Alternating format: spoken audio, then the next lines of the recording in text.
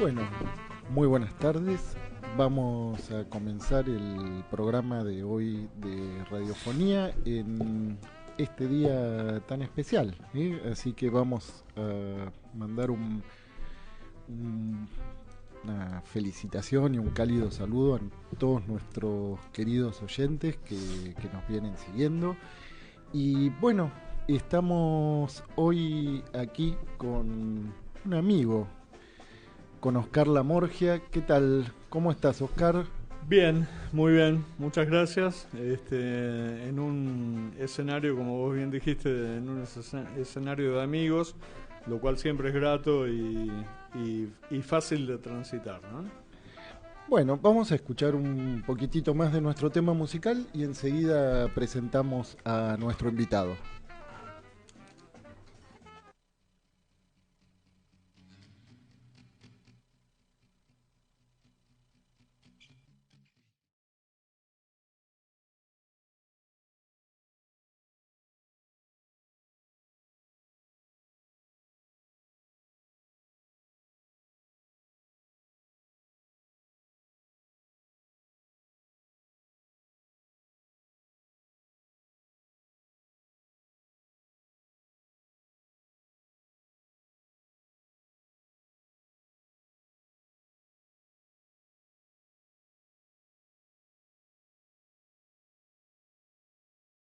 Bueno, y aprovechamos para saludar también a nuestro querido amigo y conductor del programa. ¿Qué tal, Roberto Bien, bien, Belorini? feliz día del amigo. Usted Puliche. viene de un festejo, me parece, ¿no? Y vengo sí, de algo parecido, digamos. Bueno. Bueno, y estamos para presentar a nuestro invitado, Oscar Lamorgia, para quienes los pocos que no lo conocen. Es psicoanalista, docente en la carrera de psicología de la Universidad de Buenos Aires, supervisor en servicios de salud de diversos hospitales públicos e instituciones asistenciales privadas. Y además del tema que vamos a presentar hoy, que está referido a un libro premiado, nos decía hoy Oscar, que es Herejías del Cuerpo, en su segunda edición. Además de este libro, es autor de Psicoanálisis, Escritura de la Falta en Ser, publicado por Letra Viva en el año 2009, y coautor junto a Hugo Cardoso de otro libro también publicado en Letra Viva, que es Hechizos del Tiempo, una lógica del acto analítico.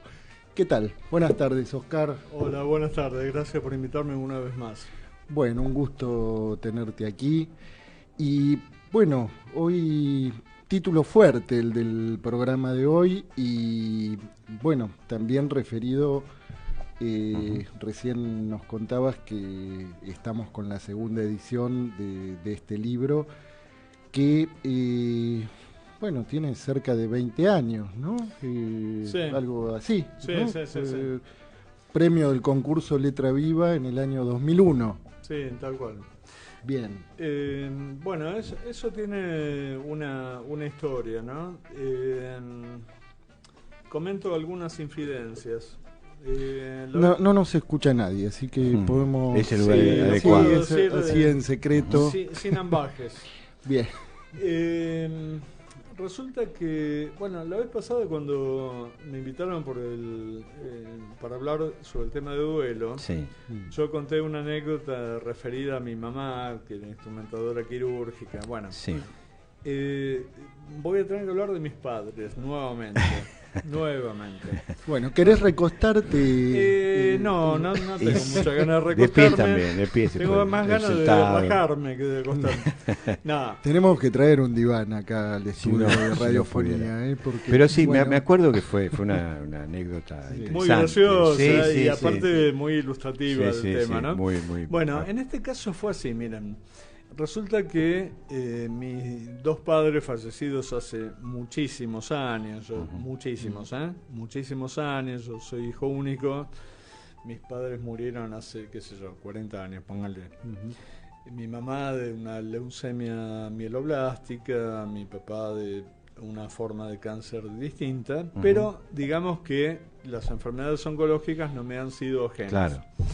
Entonces, cuando yo, obviamente causado por estas cuestiones, un día voy a un congreso de psico-oncología que hacían en el Instituto Ángel Rofo, que está ahí en Avenida San Martín y Nazca, ¿no? Donde en otro momento me tocó ser instructor de residentes, ¿no? Mirá. Muchos años después.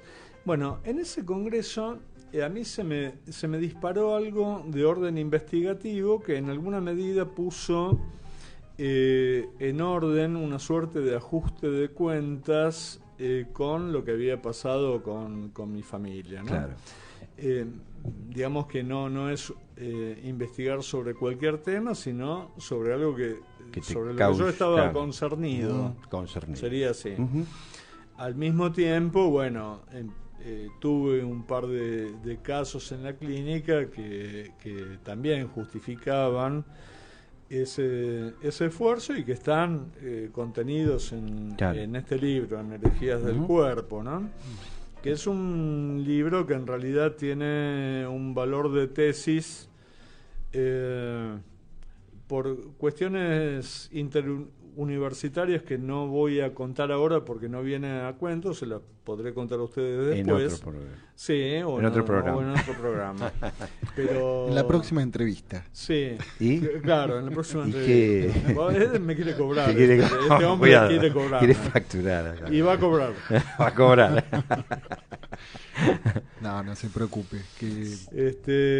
Así que bueno, sí. Lo que está contenido en este libro, yo le contaba a Gabriel hace un ratito, que tiene 20 años este libro. Claro. Lo que les cuento de ese congreso es del año 85, o sea que tiene 25, no, 34 años. Del carácter de tesis que de alguna manera. Claro, porque no se trata de un cúmulo de ensayos, sino de una progresividad. Claro.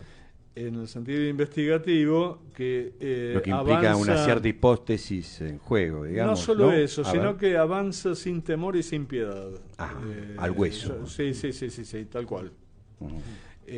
Sí, tal cual. Y de hecho es un recorrido en profundidad. Sí.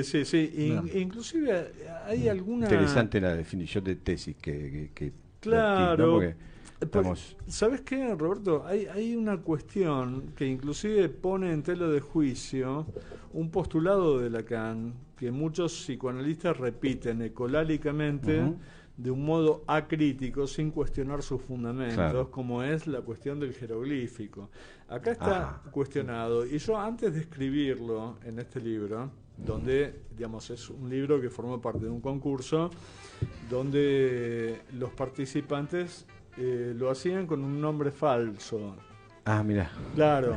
Qué romántico. No, pero está muy bien pensado. Los libros que tienen referato, en general son con seudónimo, para que no haya ninguna suspicacia inherente a, tengo mi corazoncito más cerca de este hombre que de este, o de esta dama que esta, no.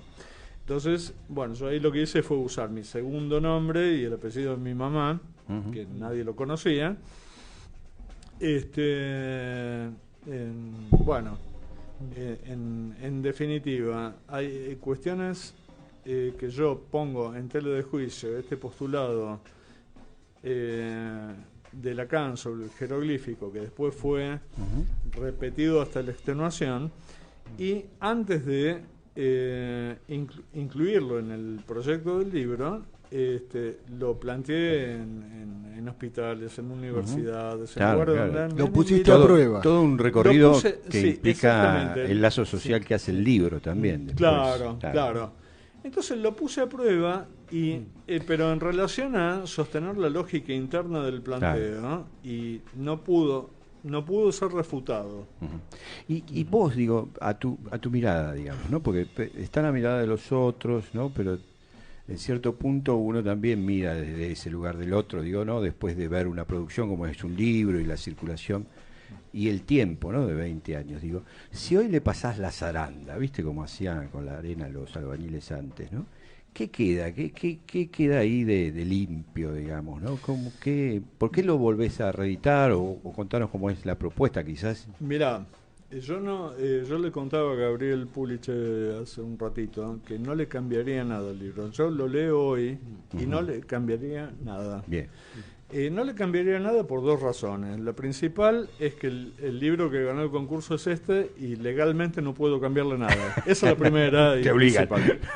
La segunda es que sigo estando de acuerdo con lo que digo. Mirá ahí. vos, qué difícil eso, ¿no? Es difícil, porque no es que son 20 años posteriores Claro. donde yo no pensé más en el tema, No, lo solté y ya... No, para nada. Yo seguí pensando en el tema, seguí teniendo pacientes con herejías del cuerpo, digamos. Sí, claro.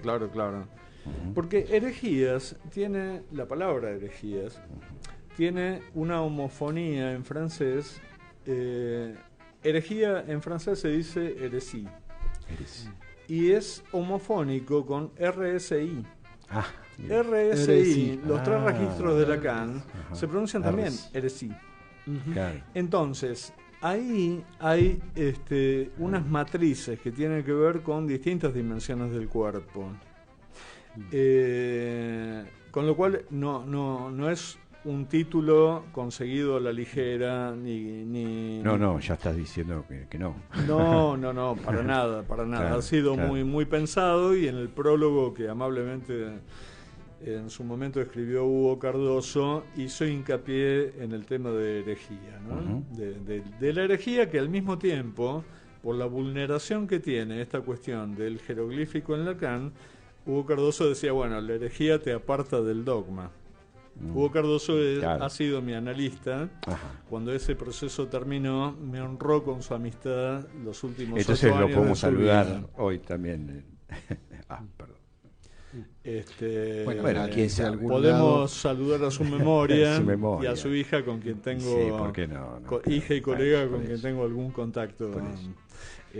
Pero sí, ha sido Hugo Cardoso ha sido una mezcla de señor Miyagi de Karate Kid con Lacan, con el detective Columbo y con Don Segundo Sombra. Uno mete eso en una licuadora y sale Hugo Cardoso. Mirá qué interesante. ¿A quién? Combinación de sabores. Sí.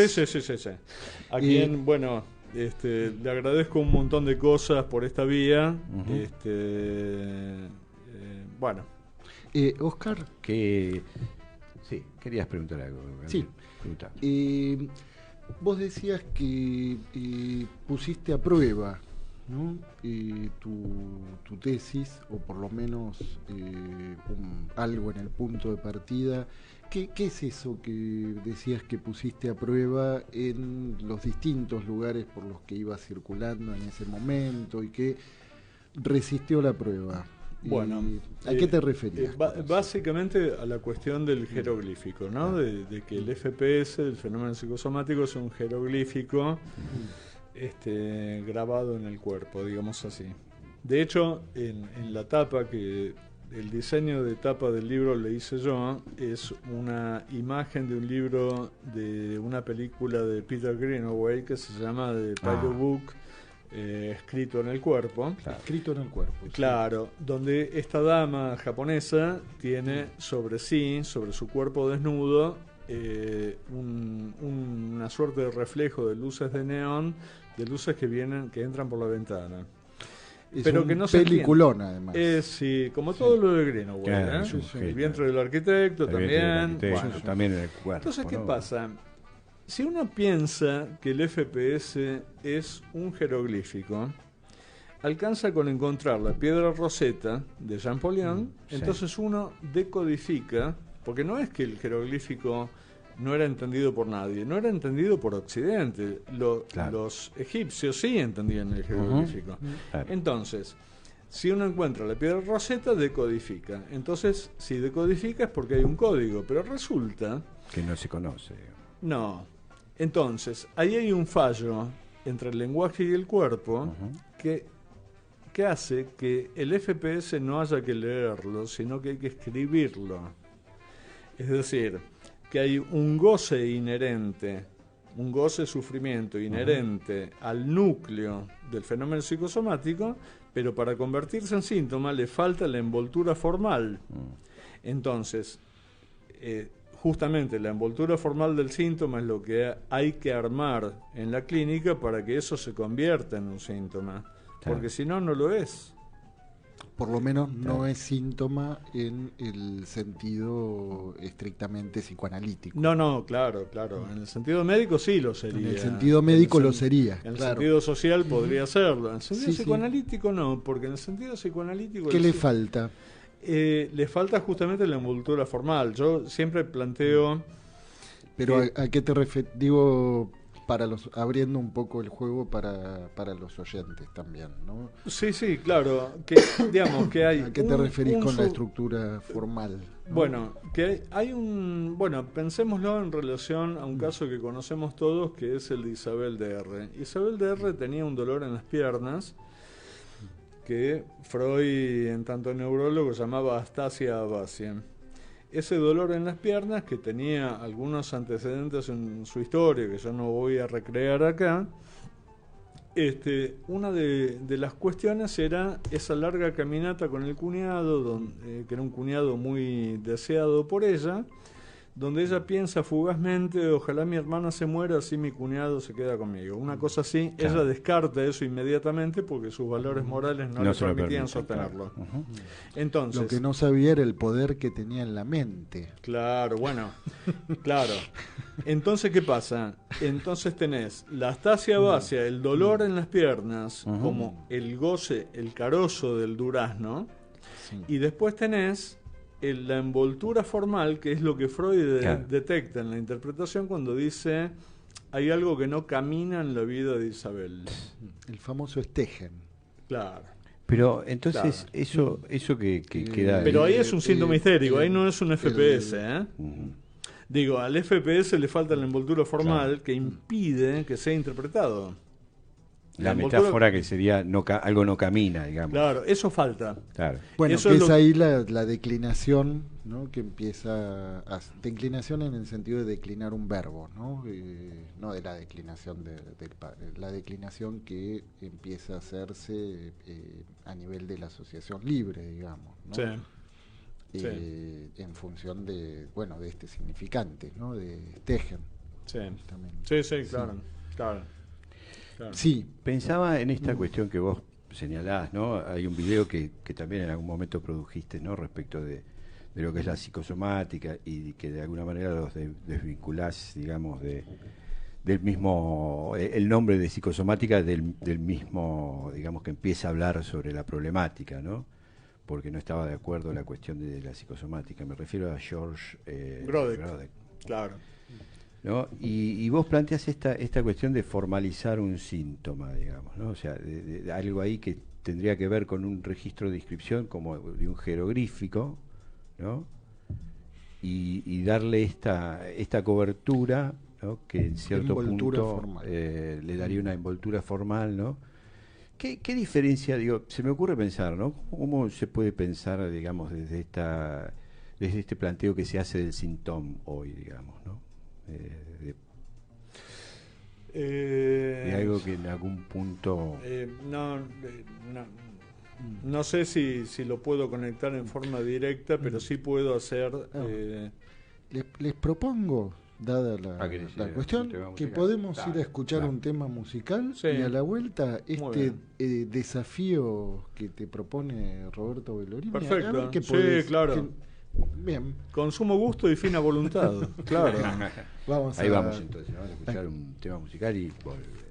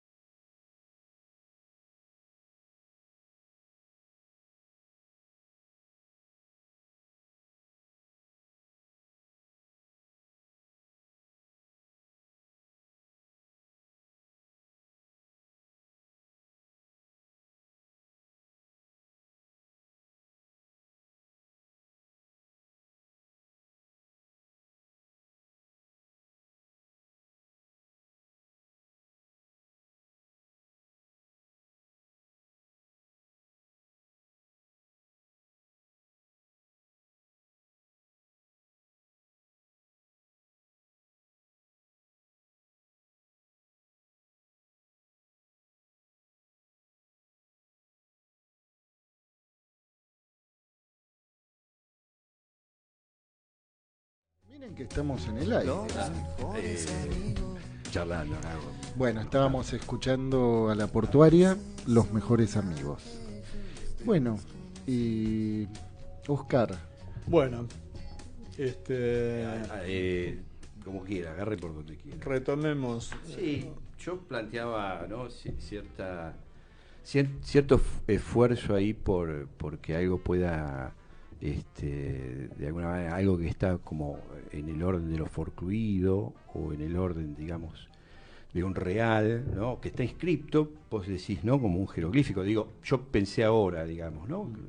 Habría que ver por ahí las diferencias que hay en relación a esto, ¿no? Pero digo, justamente, ¿cuáles serían las diferencias o la especificación, digamos? Mira, tenés varias. Una es que en el FPS, en el fenómeno psicosomático, tenés un órgano lesionado. Siempre hay un órgano lastimado. Claro. En tanto que en el síntoma histérico lo que tenés lastimado simbólicamente es una función y no un órgano. Claro. Sí, está alterada, afectada la función, otro registro. Pero está afectada la función, pero no el órgano. Claro, exactamente. Bien.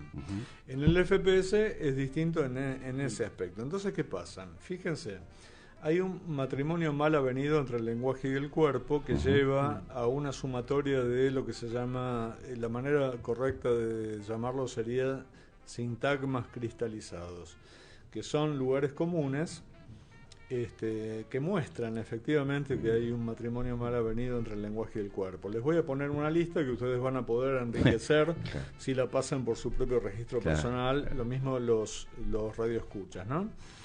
Se rompió el culo trabajando, es un cabeza hueca, luchó a brazo partido, le costó un ojo de la cara, le costó un huevo, me hace hervir la sangre. Bueno, y así está la extenuación. Ustedes pueden encontrar un montón de frases. Un ojo de la cara. Claro. Entonces, ¿qué pasa? Con el FPS, lo que hay que lograr es que el paciente pueda, en alguna medida, subjetivar eso que le está pasando en lugar de vivirlo como algo que le es dado por la carga genética, por una maldición de los dioses o por un castigo.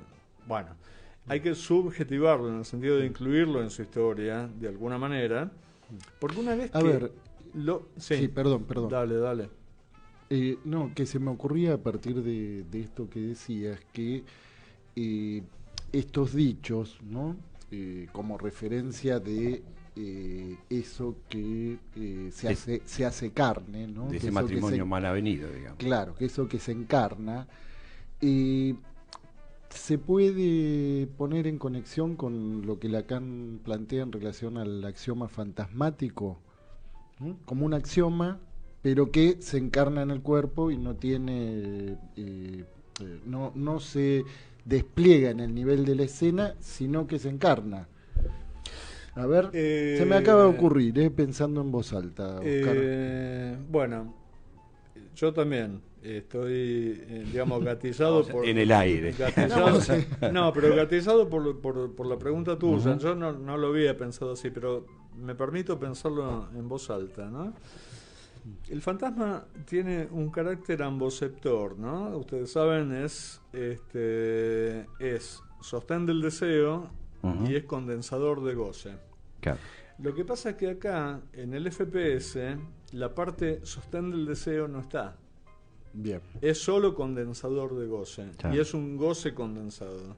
Y es un goce condensado que tiene la particularidad que muchas veces está ligado, hay distintas teorías sobre las psicosomáticas, ¿no? Ahora, hay dos elementos que todas comparten. La de Pierre Martí, la de Sami Ali, la de Joyce McDougall, la de Lacan, la de Freud, la que ustedes quieran. Inclusive hay una de Winnicott. Todas comparten que en el FPS hay un duelo no elaborado y o sobreadaptación a la demanda del otro. Entonces, ahí no se trata de que como el sujeto no habla el cuerpo, sino que el cuerpo no habla tampoco, sino que hay una mudez en ese goce pulsional que está anclado en la lesión de órgano, que requiere, bueno, justamente de un movimiento. Es como un cuerpo vaciado de sujeto. Claro, ¿no? claro, porque además el sujeto no se apropia de eso. Lacan nos hubiera ahorrado un montón de problemas a los psicoanalistas si no hubiera usado las mismas palabras para definir conceptos distintos. Por ejemplo, si Lacan, cuando habla del sujeto en el sentido de la división del significante, la evanescencia, si para decir eso dijera sujetado, y para decir sujeto de la individuación, sujeto de deseo, o de la subjetividad, ¿no? Si hubiera dicho esfuerzo que hizo la transmisión después, ¿no? Pues la transmisión es más culpa de los transmisores que de Lacan mismo. Pero Lacan, si ustedes van a cualquier escrito de Lacan, él mismo usa la misma palabra para definir conceptos distintos. O sea, él, en ese sentido, bueno, estaba fundando teoría, uno no lo puede culpar de eso. No, y además la palabra se ponía también a hablar, claro. Nombra cosas distintas, como todo significante. La polisemia, palabra sujeto es polisémica. Sí, claro. Al mismo tiempo es claro, sujeto en el sentido del que lleva adelante la acción. Es tal cual. Y sujeto en tanto sujetado, ¿no? Sí, es tal cual. Lo que pasa es que en tanto psicoanalistas no nos podemos encoger de hombros ni pecar de ingenuidad en relación a los efectos de la polisemia. Por eso digo, nos hubiésemos ahorrado algunos problemas, porque al más pintado le ocurre que uno dice sujeto, no, porque ese sujeto que vino a consultar, no, está mal. Si uno lo piensa analíticamente, no está bien. Esa persona que vino a consultar en última instancia, pero la evanescencia del efecto sujeto que se produce por la injerencia del significante en el cuerpo del viviente, tiene un estatuto absolutamente distinto que esa persona que viene a consultar y que el motivo de consulta es, no sé, que voy a hacer pis 15 veces por noche. Sí, además, si uno dice el sujeto que vino a consultar, casi hasta parece armado en términos policíacos, ¿no? Claro, el sujeto vino un sujeto de sexo masculino. Claro, en una finca ubicada en la calle Loria al 2500. ¿no? Tal cual. Claro. Sí, tal cual. Para ponerle un poco de literatura. Sí, claro. Bueno, pero este punto parece muy importante, esto que situás, ¿no? Yo justamente te decía si era posible para pensarlo, ¿no? Poner en conexión esto que Lacan sitúa en términos del axioma fantasmático en relación al montaje de una escena. Vos decías recién que al mismo tiempo es soporte del deseo, condensadora de goce, pero esa parte de ser soporte de deseo en la psicosomática no. Esa parte es lo que hay que construir, justamente. Es lo que hay que construir. Yo decía articula, en realidad, ojalá articula si está todo bien, digo, ¿no? En el mejor de los casos. En el mejor de los casos. Claro. en los menos contados. ¿Y cómo se construye? Bueno, ahí hay una referencia clínica muy interesante a tener en cuenta, que es el valor del genograma. En los argentinos es muy difícil, uno a veces no sabe cómo se llamaba el abuelo, cosa que en Europa no es, digamos, la gente tiene con la genealogía una relación mucho más erótica que los argentinos. Los europeos, sobre todo. Bueno, algunos europeos no saben cómo se llaman los nietos. Digo, el corte se dio al revés, ¿no? Exactamente, sí. No, pero tienen todavía hoy una preocupación verdadera sobre eso, ¿no? Todavía. Digo, por los migrantes, inclusive, ¿no? Pero inclusive se han procurado maneras de poder construir o reconstruir. Ellos tienen con la cuestión de la genealogía, de los árboles. Digamos, cualquier apellido, aunque sea Rocatagliata, tiene un escudo de armas. La heráldica, ¿no? Y el escudo de armas por ahí tiene una espumadera y un, qué sé yo. Y una roca. Claro. Hasta han hecho negocio. Sí, por eso, eran todos caballeros de no sé qué. De algún lado. Pero es cierto, así. Pero, bueno, entonces, en el plano de la clínica hay una cuestión que es importante tener en cuenta como para plantearlo hasta, les diría, como una tarea para el hogar. En el paciente que presenta algo, que tiene visos de FPS, o sea, que presenta un nexo psicosomático, es importante proponerle que construya él un genograma para arriba, para arriba y para los costados, hasta donde pueda, no importa. Entonces ahí aparecen repeticiones de nombres, edades de muertes, repetición de enfermedades, que muchas veces la repetición... Como un texto que... Claro, bueno, a veces no sirve para nada hacer eso, pero siempre sirve para algo. Ese algo es que cuando uno le plantea eso al paciente casi como una tarea para el hogar, a la manera TCC, el paciente empieza a pescar que algo de lo que le pasa tiene que ver con su historia. Entonces, hay veces que uno puede recoger datos de su historia donde efectivamente, como les decía, aparecen, ¿no? Repeticiones de nombres, repeticiones de enfermedades, edades de muerte homólogas, bueno... A veces no aparece eso, pero que uno le haya planteado esta tarea ya lo implica en esa... En esa historia que lo antecede de alguna manera, ¿no? En cierto punto, bueno, por lo menos abre una pregunta, ¿no? Porque muchas veces a partir de eso el usuario, ¿no? Para no decirle ni sujeto ni paciente, se empieza a interesar por averiguar cosas que no las tenía frescas, que no las sabía. Pero claro, ¿no? Digamos... hay una investigación que se pone en marcha muchas veces. Sí, claro. Digamos que uno evita de esa manera, lo voy a decir en latín, yo espero que los radioescuchas conozcan la lengua muerta. Todos hablan latín. Todos hablan latín. Habemos latín. Evita que el paciente siga poniendo palanca en boludo. ¿No? Justamente es eso. Claro. Yo creo que hay un punto en el que lo despierta en relación a su propia implicación y lo convierte en una especie de detective de su historia. Eso ya es interesante en sí mismo. Claro. En cuanto al movimiento. Como un esfuerzo simbólico en juego, de alguna manera, ¿no? En relación a los registros, pensándolo en términos de los registros, porque ¿no? si uno lo piensa en términos del nudo Romeo, el FPS, ¿dónde aparece? Digamos, ustedes tienen el nudo, lo pensamos real, simbólico, imaginario, y tenemos los goces concomitantes que hay en los intervalos de los registros. El FPS aparece entre real e imaginario. Esto es, hay un déficit del simbólico ahí. Claro. Por eso es que hay que construir. Bueno, de hecho, una colega sumamente destacada, respetable, amable y que yo aprecio, que es Silvia Amigo, lo plantea en estos términos. Ella, digamos, no es que construyó una teoría sobre el FPS, pero cada vez que habla de estas cuestiones, y es alguien que me parece que hay que escuchar con mucho respeto y dedicación, lo plantea en términos de la construcción. Inclusive también lo hace en alguna medida cuando se mete con algo más decididamente como son los trastornos alimentarios, ¿no?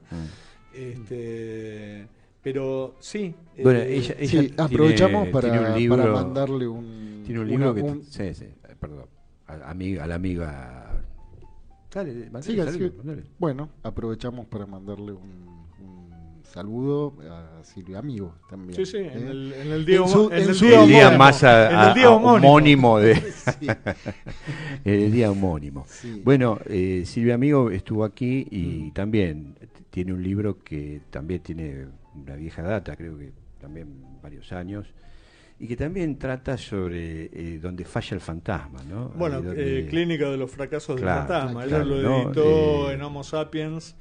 Que también va por varias ediciones. Sí, claro, porque en el principio Homo Sapiens, que ya desapareció la editorial, la dirigía Pura Cancina y después tuvo otras otras alternativas, pero yo se ve que es un tema que le inquieta, digamos, ¿no? No, pero además de eso, yo creo que es un libro que está condenado a ser un clásico.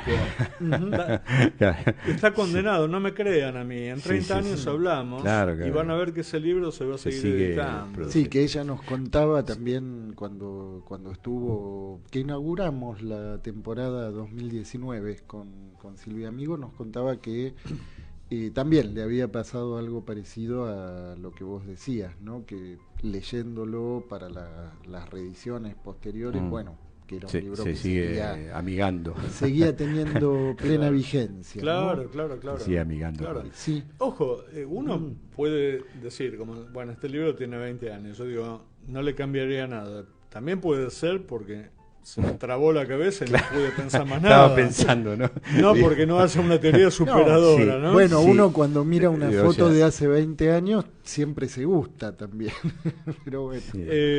Habla de vos. Sí, claro. Habla de vos, bueno. No, pero es interesante en todo caso la perspectiva, digamos, ¿no? De que uno esté en un pensamiento que insiste, por lo menos en una línea, ¿no? en una búsqueda de una misma coherencia o que va por ese camino, digo, ¿no? Claro. En cierto punto ella decía que se lo encuentra en la clínica. Ella lo planteaba, ¿no? Como una cuestión que le llegaba desde la clínica, digamos, ¿no? Y en ese lugar es interesante también, digamos, por ahí la investigación, digamos, se lo puede decir así, digo, hay quienes lo cuestionan, ¿no? El psicoanálisis, ¿no? En relación a su época, digamos, ¿no? Porque, digo, en realidad que aparezca en un consultorio es como decir hoy el feminismo, por ejemplo, ¿no? Por tomar la cuestión, digo, que hay muchos analistas que se ponen a hablar de esto con razón, aciertos y desaciertos, pero digo, es una cuestión que en cierto punto es un tema que está en el centro de la se nos mete en los consultorios, digo, nos viene a golpear las puertas del análisis. Claro. Bueno, les propongo, vamos a escuchar, porque miren, nos queda un ratito nada más. Vamos a escuchar nuestro segundo tema musical. Me parece maravilloso. Bueno.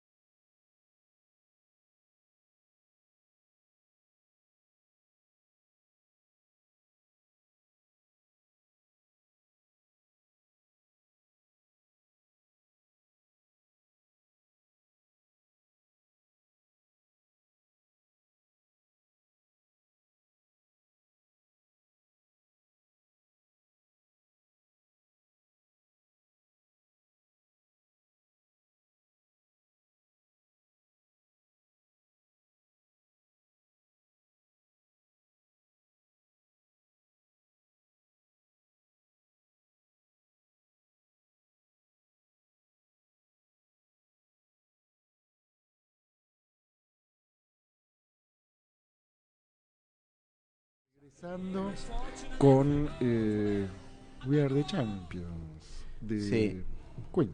Sí. Bueno, así mientras estamos recibiendo la dedicación aquí la dedicatoria de su clásico libro. Oscar. Ahí está. Vuelva al programa. Aquí estamos, está en Alive, manteniéndome vivo. Sí. Bueno, porque antes te preguntaba Roberto, bueno, en el tamiz de estos 20 años, vos decías, lo que queda es todo el libro, ¿no?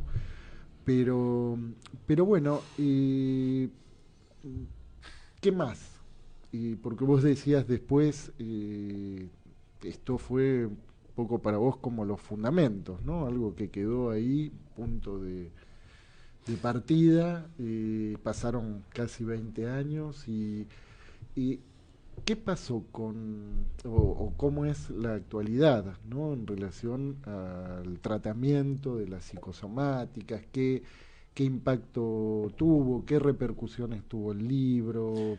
Bueno, el libro repercusiones ha tenido unas cuantas. De hecho, ha generado que grupos de investigación de gente de la Universidad Andrés Bello de Chile o de la Universidad de Costa Rica se hayan interesado al punto de venir a Buenos Aires o de invitarme en su momento. Pero eso en realidad es una cuestión medio de prestigio, de brillo narcísico que me sirve a mí solo y a nadie más. Lo que sí me parece importante destacar es que hay que tener mucho cuidado con la cuestión de la especialización, porque cuando uno escribe, por ejemplo, un trabajo que puede ser muy sesudo, muy interesante, sobre adicciones, sobre trastornos alimentarios, sobre psicosomática, sobre compulsiones e impulsiones. Claro. Entonces, todo apunta a la cuestión de la especialización con la que el psicoanálisis no acuerda. Se ve claro. El riesgo de quedar como un psicoanalista etiquetado. Claro, ¿no? Entonces cuando vos decís, bueno, ¿qué pasa en la actualidad? Yo diría, bueno, tomo la palabra que vos usaste, que es actualidad, e invito a los colegas a pensar en las neurosis actuales, porque me parece que esto que dije, ¿no? Trastornos alimentarios, adicciones, FPS, impulsiones, invita a pensar en las neurosis actuales por oposición a las neurosis de transferencia. Y de hecho el trabajo que uno tiene que hacer con los pacientes que aparecen con estos motivos de consulta o con estas mostraciones del goce, para ser más estricto, logran enfermarse de otra cosa. Claro. Y esa otra cosa se llama neurosis de transferencia. Y entonces cuando logra enfermarse de otra cosa, de esa otra cosa, uno ya trabaja como siempre. Claro. Claro. Vos planteás como referencia la clínica de las neurosis actuales porque, digamos, no es que se pueda homologar las neurosis actuales a las psicosomáticas. No, lo que pasa es que están regidas por esa lógica que no es la neurosis de transferencia, y por eso la construcción de la transferencia que permite apalancar en puntos de apoyo clínico que generen algún efecto, vale decir, que genera algún efecto, que es que la intervención analítica en un caso estándar de alguien que está ingresado en la transferencia tienen que golpear al mismo tiempo en los ideales, en el fantasma y en el yo.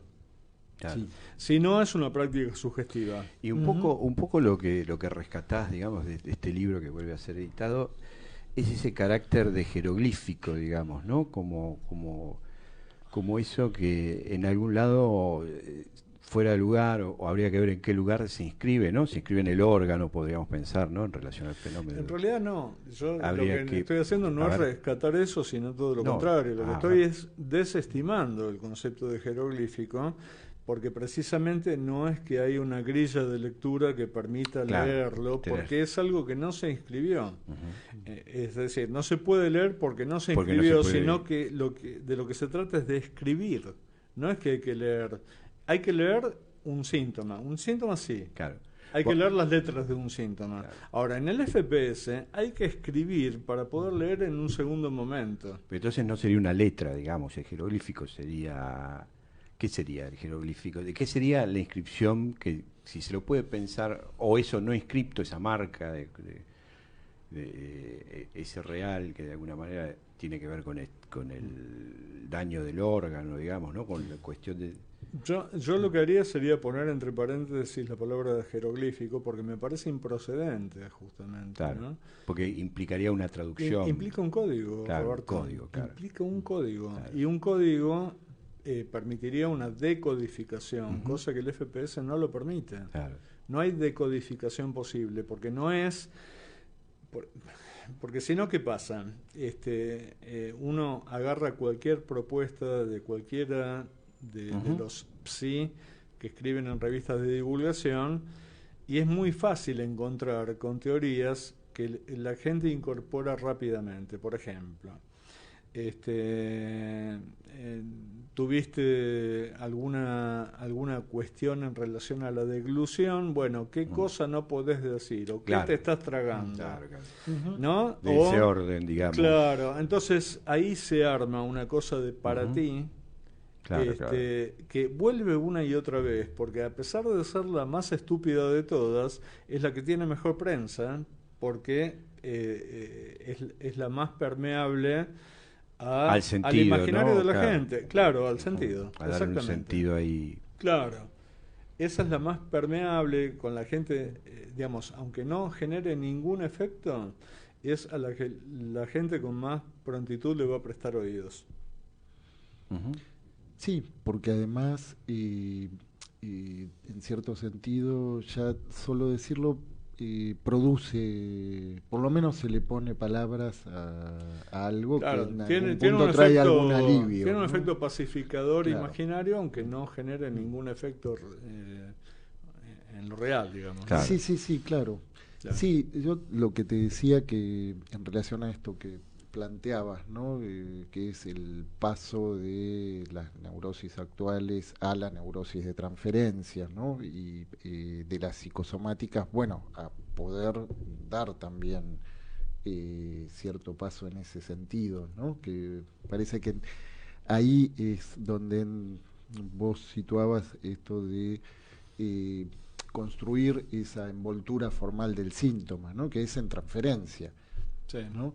Sí. Y ahora, en las psicosomáticas, por ahí para diferenciar de las neurosis actuales, hay algo de la puesta en acto, ¿no? De la actuación. Lo actual va en ese sentido. En las psicosomáticas, por el contrario, no hay escena, hay una encarnación, ¿no? Hay una encarnación, pero hay algo que es muy interesante. Acá voy a hacer referencia a un autor que no es caro al lacanismo, sino que es anterior, les diría, es anterior históricamente y está en las antípodas también, teóricamente, que es León Greenberg, de la APA, que él planteaba, a diferencia de uno de sus maestros, que era Ángel Garma, él planteaba que la somatización es un acting out producido en el cuerpo. Claro. Entonces, sí. No olvidemos, ¿no? Acting out, la mejor definición que tiene es transferencia sin análisis. Acá hay una reversión de eso, porque me parece que justamente la transferencia falta y es lo que hay que construir. Pero él lo plantea como que efectivamente hay una actuación generada en la carne, pero no en la acción. Encarnada. Y claro, y que de ninguna manera en esa instancia genera responsabilidad del sujeto. A ver, porque entonces está encarnada, pero no es sin escena, ¿no? Claro. Que tiene que ver con esto que vos traías respecto de, bueno, pedir que se arme el árbol genealógico y que se empiece a montar cierta escena, hay que construir, ¿no? Y lo que se repite, lo que se desliza de escena en escena, ¿no? Sí, va claro. por ahí. Hay que inscribirlo, hay que incluirlo. Hay que ponerle escena. Sí, claro. Hay que montar la escena que no está. Que no está. Que no estuvo. Sí, claro. Por eso, en el FPS hay una cuestión que tiene que ver con el llamado filiatorio. Hay veces que en el cuerpo propio, llamémosle así, se inscribe a través de la lesión una suerte de remedo de un padecimiento de alguien muy significativo para la vida de uno que se murió. Que no tiene que ser punto por punto, porque por ahí el tipo tenía lunares en el cuerpo. De hecho, bueno, hay varios casos clínicos en el libro. El tipo tenía lunares en la espalda y el paciente propiamente dicho tiene un Relickhausen, que no son lunares solamente, sino que son fibromas, que es una forma oncológica que deriva en un trastorno neurológico Pero es en la piel. De ribetes muy complicados, pero digo que hay una suerte de mimetismo a la manera del camaleón o de algunos insectos que donde copia, donde hay un endoso. Parecen lunares. Exactamente. Pero son otro tipo de monstruos. Son otro tipo de monstruos, pero saltan al cuerpo a la manera de esa persona significativa que ya no está con nosotros. Pero hay algo de la filiación que se transmite de esa manera. Y no por el lado de las estructuras elementales del parentesco. Claro. Sí. Bueno, todos a correr a construir sus árboles genealógicos, ¿no? No porque no es preventivo. El psicoanálisis... Capaz que no funcione. No. Yo tengo malas noticias. Danos una buena noticia. No, malas noticias. El psicoanálisis no vacuna. No vacuna. Es una buena y clara manera de decirlo. Bueno, así que sí, yo miro el reloj porque tenemos 5 minutitos. Unos minutitos. Igual todavía. tendríamos que ir como un poco cerrando, digamos. Por ahí es interesante preguntarte a vos, Oscar, ¿qué te parece que puedas agregar o hay algo que quieras aprovechar para contarle a nuestra audiencia? Bueno, yo creo que, como decía antes, ligándolo a las neurosis actuales, basándome un poco en lo que implica las formas contemporáneas de padecimiento, donde los conceptos de nación-estado, nación/estado, dieron lugar al tema predominio de las corporaciones. El tema deseo-ley dio lugar al goce en bruto. El tema, qué sé yo, ciudadano dio lugar a consumidor, ¿no? Esto forma parte de un trabajo de investigación que ha hecho un colega y gran amigo mío que se llama Osvaldo Rodríguez, donde esa dicotomía que hay entre esos posicionamientos da lugar y en alguna medida le da letra a estas modalidades de sufrimiento, que me parece que nadie puede ser ajeno a conocer la lógica en la que se sustancian las adicciones, los fenómenos psicosomáticos, los trastornos alimentarios. Hoy por hoy no es un tema de especialistas. Quien más, quien menos se va a encontrar con esto en el consultorio. Claro. Todo el tiempo, ¿no? Y si uno lo piensa como una cuestión de especialización, es que le está sacando la cola a la jeringa, claro, de los problemas que presenta la clínica actual. Y el progreso de una ciencia siempre está supeditado a los modos de respuesta que esa ciencia le da a los problemas que se le presentan. ¿No? Los saltos cuánticos de una ciencia siempre surgen a partir de la problemática que aparece y cómo uno encuentra una vía resolutiva. De alguna manera. Claro. Oscar, en ese sentido, ¿te parece que en el transcurrir de esos 20 años hubo alguna reformulación desde quienes, desde el campo de la medicina, abordan los fenómenos, este tipo de fenómenos? En cuanto a darle lugar a una clínica interdisciplinaria con el psicoanálisis o con... ¿Hubo algún cambio en relación a eso?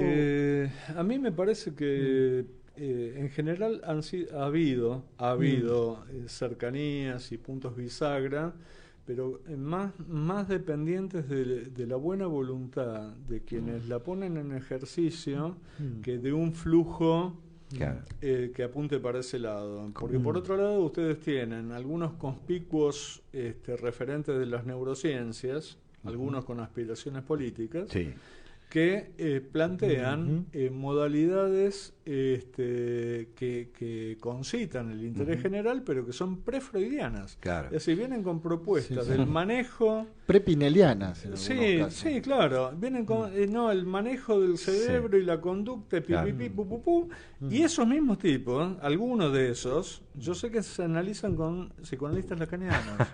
Entonces, esos ofrecen un paquete de neurociencias, claro, psicofármacos y TCC, terapia cognitivo-comportamental, pero a la hora de los bifes ellos no hacen eso.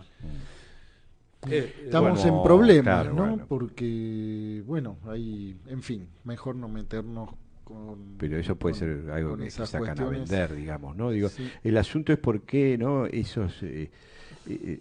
Esas transmisiones empiezan a ser como simplezas, ¿no? Como cosas poco elaboradas. No, lo que ¿no? pasa Digo, es que, no sé. bueno, es por lo mismo que cada tanto, cada varios años aparecen nuevos embates contra el psicoanálisis. Yo creo que es la potencia de lo imaginario Claro. y en qué se encarna, Claro. ¿no? Me parece que depende de eso, no de las personas, porque yo puedo Claro. decir Claro. neurocientífico, o puedo decir Mariano Grondona, no, pero no es la persona, Claro. es el discurso El que discurso, encarna, Es el embate. y el embate, Y claro. eso prende. Bueno, y tenemos el embate del tiempo. Pero se nos ha ido el tiempo. Gabriel, ¿querés Se nos fue. saludar a nuestra audiencia? Sí, a todos nuestros, todas, todos, todes y Estás con el todis lenguaje y Vascolet, inclusivo, como ¿ah? dice una amiga. Estás aflojando, ¿no? No, porque después vienen los problemas. Bueno. Así que un fuerte abrazo Seguro. para la audiencia. Para todos los que están allí. Bueno. Y Oscar, gracias por No, venir gracias a nuevamente. ustedes. La verdad que Yo ya soy un amigo de la casa. Así Eso es que- un amigo de la casa y aparte es muy grato siempre las charlas que podemos desarrollar aquí contigo. La verdad que las disfrutamos mucho nosotros. Pensamos que del otro lado les pasa lo mismo. Y bueno, los saludamos entonces a todos. Hasta el sábado próximo. Esto fue Radiofonía. Nos vemos. Chao.